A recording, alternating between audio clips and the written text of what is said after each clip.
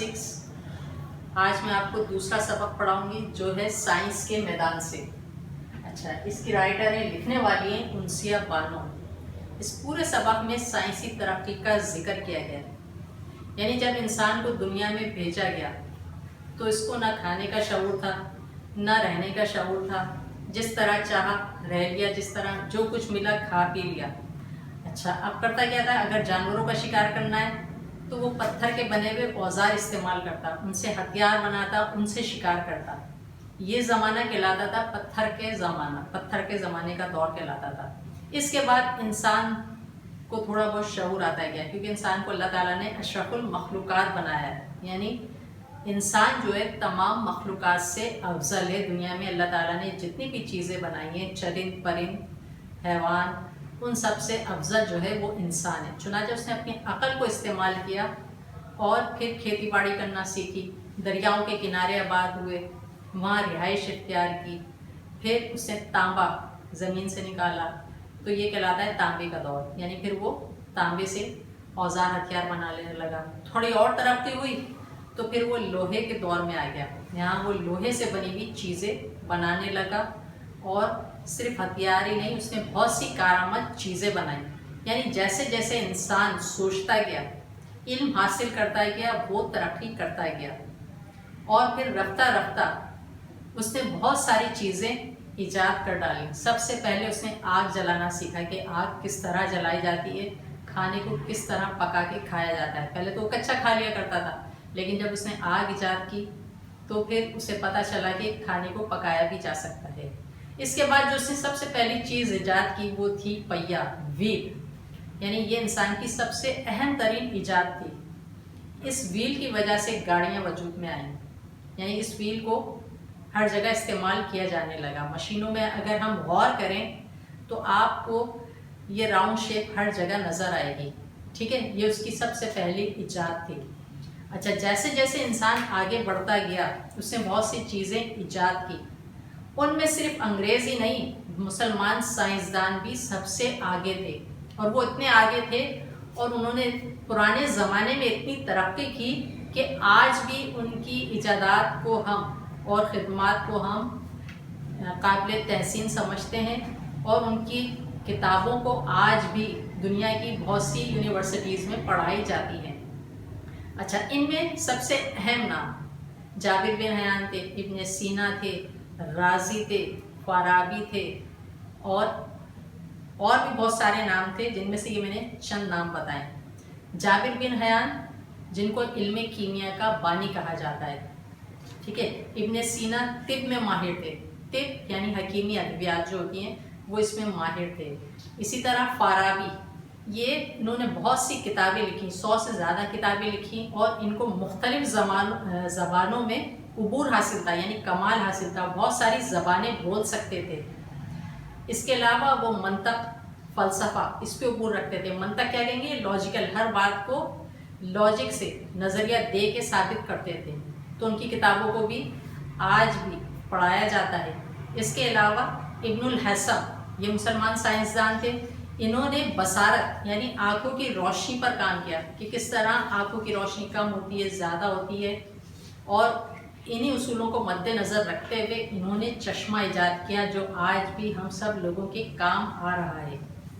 اس کے علاوہ رازی، یہ بھی ماہر طب تھے، یعنی ماہر حکیم تھے، انہوں نے چیچک اور خسرہ جیسی بیماریوں کا علاج دریافت کیا، اس کی وجوہات بیان کی، جو آج بھی ہم علاج میں استعمال کرتے ہیں۔ اچھا، جب ہم بات کرتے ہیں سائنسی ایجادات کی، تو اگر ہم دیکھیں تو 17ویں صدی یعنی 1701 سے لے کے 1799، یہ کہلائے گی 17ویں صدی۔ اس صدی کو ہم ایجادات کی صدی کہتے ہیں، یعنی اس صدی میں بہت ساری چیزیں ایجاد ہوئیں، یعنی لوگوں نے بہت ساری چیزیں ایجاد کی۔ جیسے جیسے ظاہر علم پھیلتا گیا، اور لوگوں کو پہلے تعلیم حاصل کرنے کا شوق بھی تھا، لوگ میلوں کا سفر طے کر کے علم کی تلاش میں جاتے تھے اور وہاں سے علم لیتے تھے، جہاں سے جو کچھ نیا علم حاصل ہوتا تھا اس کو حاصل کرتے، اور پھر وہ آگے اپلائی کرتے، یعنی نئی نئی چیزیں بناتے۔ تو انہوں نے بہت ساری چیزیں ایجاد کی، اور یہ سب ساری چیزیں جو تھیں انسان کے فائدے کے لیے ہی بنائی گئی، لیکن کچھ چیزیں ایسی تھیں کہ جو انسان نے ان کے نزدیک تو فائدہ تھا لیکن دوسرے کے لیے نقصان تھا.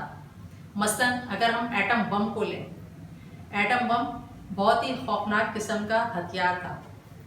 جب دوسری جنگ عظیم ہوئی، جنگ عظیم یعنی کہ بڑی جنگ، ایک تو پہلی جنگ عظیم تھی جو 1914 سے 1918 تک ہوئی. دوسری جنگ عظیم 1939 یعنی 1939 سے 1945 تک ہوئی. اس میں بڑے بڑے جو ترقی یافتہ ممالک تھے اس جنگ میں شامل تھے. انہوں نے کیا کیا، اس ایٹم بم کو یعنی کہ دوسرے ملک کو تباہ کرنے کے لیے استعمال کیا. اس نے جاپان کے 2 شہروں پر، ایک تو تھا ہیروشیما اور دوسرا شہر تھا ناگاساکی، اس پر ایٹم بم گرا دیے. اور جب انہوں نے ایٹم بم گرائے تو منٹوں میں ہی وہ شہر جو تھے راکھ کا ڈھیر بن گئے. یعنی کہ ساری انسانیت، جتنے بھی لوگ تھے سارے تباہ و برباد. وہاں ایک صرف بڑا سا گڑھا بن گیا، وہاں کی آبادی سب ملیہ میٹ ہو گئی. اور یہی نہیں، اس سے جو شعاعیں نکلتی ہیں، تابکاری کے اثرات، جنگ تو ختم ہو گئی لیکن آنے والی نسلیں بھی اس سے محفوظ نہیں. یعنی وہاں کے لوگ پھر ڈسیبل ہو گئے، کسی کی سوچنے کی صلاحیت ختم ہو گئی، کوئی معذور ہو گیا. یعنی اس جنگ کے اثرات بہت سالوں تک چلتے رہے. اس کے بعد انسان محتاط ہو گیا.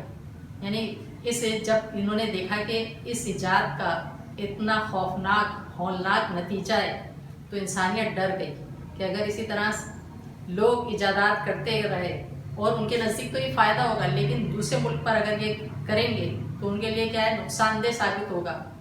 تو پھر انسان نے اس بارے میں سوچنا شروع کر دیا. حالانکہ جو ایٹمی توانائی ہوتی ہے، بم تو بنا لیا لیکن اس کے علاوہ اس کو ہم بجلی پیدا کرنے کے لیے بھی استعمال کرتے ہیں. یعنی سستی بجلی جو پیدا ہوتی ہے وہ ایٹمی توانائی سے ہی پیدا ہوتی ہے. اس کے بعد 20ویں صدی یعنی دن گزرتے گئے، انسان ترقی کرتا گیا. 20ویں صدی میں پھر بے تحاشا ایجادات ہمارے سامنے آئے، جن میں موٹر گاڑیاں، radio, television, transistor, photo machine اور movie camera, A C, refrigerator, laser light, plastic, office, printing press وغیرہ، یہ سب چیزیں وجود میں آئیں جس سے ہماری زندگی آسان بھی ہو گئی اور تیز بھی ہو گئی. جیسے جیسے وقت گزرتا گیا اور ایجادات سامنے آتی گئی. آج جو ہم ایجادات، جو سب سے مفید ایجاد جو ہم دیکھتے ہیں، یعنی جو سب سے یوزفل انوینشن ہے وہ ہے کمپیوٹر. کمپیوٹر آج ہماری زندگی کا لازمی جزو ہے. چاہے وہ ہمارا گھر ہو یا آفس ہو، کام کرنے کی کوئی بھی جگہ کمپیوٹر کو لازمی حصہ سمجھا جاتا ہے. یعنی اس کے بغیر ہماری زندگی ادھوری ہو گئی ہے. کمپیوٹر کیا ہے، رابطہ قائم کرنے کے، ڈیٹا کو محفوظ کرنے کے لیے، ڈیٹا کو ایک جگہ سے دوسری جگہ منتقل کرنے میں کام آتا ہے. یعنی معلومات کو ہم ایک جگہ سے دوسری جگہ آسانی کے ساتھ شیئر کر سکتے ہیں. اچھا، اب یہ کام کس طرح کرتا ہے، یہ لکھا ہے جیسے کمپیوٹر کا طریقہ کار کیا ہوتا ہے. جس طرح ہمارا دماغ ہے، ہم اپنے دماغ میں سوچتے ہیں، سمجھتے ہیں، عمل، رد عمل، جذبات، ہمارے اپنے جذبات ہوتے ہیں، کسی چیز کا عمل کیا ہے، اس کا رد عمل کیا ہوگا، سوچنے سمجھنے کی صلاحیت جو ہم اپنے دماغ کے مطابق سر انجام دیتے ہیں، اسی طرح کمپیوٹر بھی یہ سارا کام سر انجام دیتا ہے. حالانکہ اس میں ساری مصنوعی ذہانت ہوتی ہے، ساری معلومات فیڈ کی جاتی ہیں، وہ یہ اسی کے مطابق اپنا کام سر انجام دیتا ہے.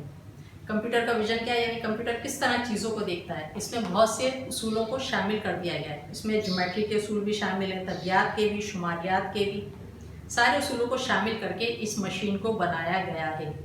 اگر ہم کوئی بھی تصویر یا پکچر اس میں اسکین کرتے ہیں یا ڈالتے ہیں تو وہ اس تصویر کے متعلق، اس کے جز، اس کے پارٹ کے متعلق ہر طرح کی معلومات ہمیں فراہم کر دیتا ہے.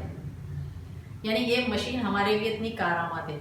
اس کے علاوہ اس سے بہت ساری ایسی فائدے اٹھائے جا سکتے ہیں جو پہلے ہم فرض کریں کہ پہلے ریڈیو بھی تھا، ٹیلی ویژن بھی تھا اور سینما جاتے تھے فلم کے لیے، VCR اور VCP یہ سب چیزیں چلتی تھی. لیکن اب یہ ساری چیزیں ایک چیز میں منتقل کر دی، وہ ہے کمپیوٹر.